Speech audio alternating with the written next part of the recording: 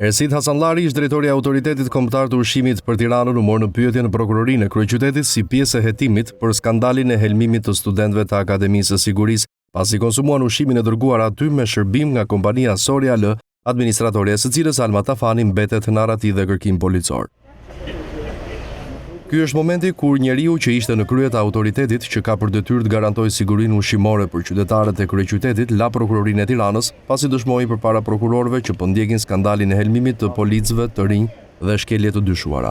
Pas Ersidit Hasanllarit, u largua nga drejtimi i akuzës në Tiranë, pas helmimit masiv të studentëve në Akademinë e Sigurisë, për të njëjtën çështje në prokurorinë e Tiranës mësohet se është thirrur dhe flutura Polaci, drejtore e njësisë vendore të kujdesit shëndetësor. Përfaqësuesit e akuzës së kryeqytetit kërkojnë të mësojnë prej tyre nëse në cilësinë e titullarëve të dy institucioneve a kanë kryer apo jo inspektima apo a kanë urdhëruar kontrolle në zbatim të detyrimeve ligjore për të garantuar sigurinë ushqimore në rastin konkret të policëve të rinj. Mbi 50 studentë Akademisë së Sigurisë u helmuan pasi konsumuan drekën e shërbyer nga kompania Soria L, e drejtuar nga Alma Tafani.